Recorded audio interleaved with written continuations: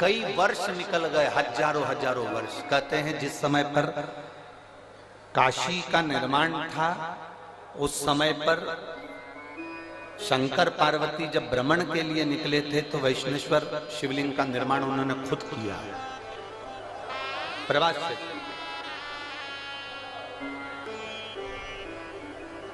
उसी शिवलिंग के मंदिर के गर्भगृह में, उस मंदिर के अंदर एक तोता रहता था, एक मिट्ठू,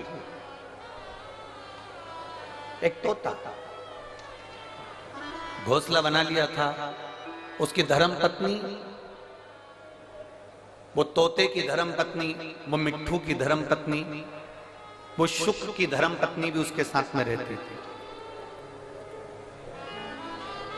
दोनों साथ में।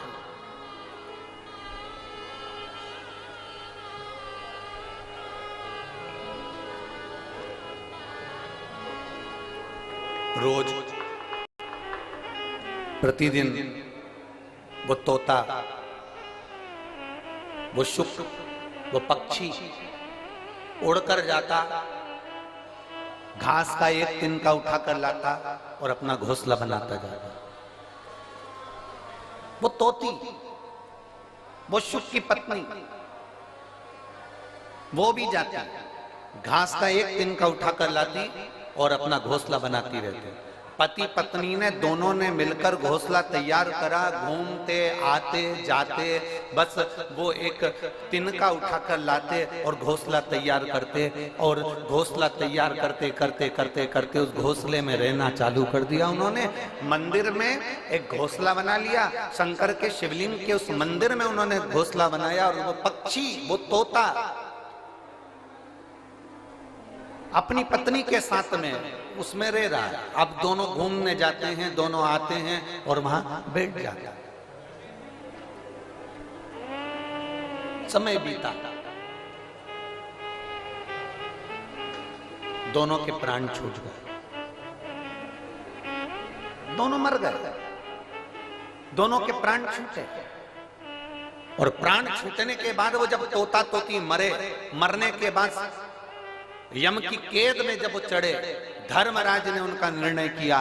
धर्मराज से किसी ने कहा कि ये तोता तोती मरे हैं, ये पक्षी मरे हैं, ये पक्षी मरे हैं, तो इनका अगला जन्म किसका होगा। इतने में धर्मराज ने कहा कि इन्होंने अपनी पूरी जिंदगी अपना घोंसला बनाने में निकाल दी, अपना घर बनाने में निकाल दी, इसलिए इनको स्वर्ग नहीं मिलेगा, इनको अच्छा जन्म नहीं मिलेगा, इनको नरक फेंक दिया जाएगा। इतनी देर में वहीं से नंदी पर बैठकर मेरे देवाधिदेव महादेव निकल कर जा रहे थे, जो कालाधिपति थे।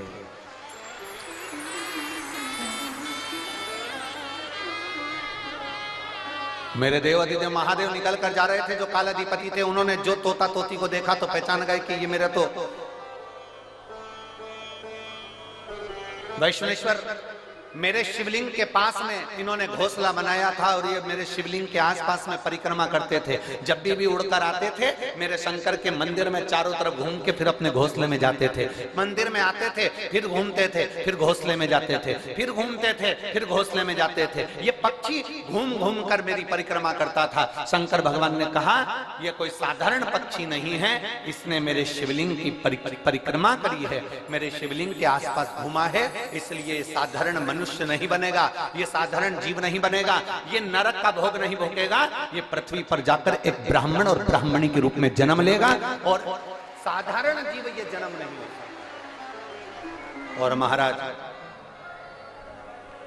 इसकी पत्नी का नाम लोपामुद्रा होगा, और ये जो पृथ्वी पर जन्म लेगा, ये साधारण मनुष्य नहीं होगा, इसका नाम अगस्त ऋषि होगा। अगस्त ऋषि। अब जरा विचार करिएगा, शंकर भगवान के शिवलिंग के ऊपर चारों तरफ घूम रहा है, तो पक्षी अगस्त ऋषि का जन्म पा लेता है।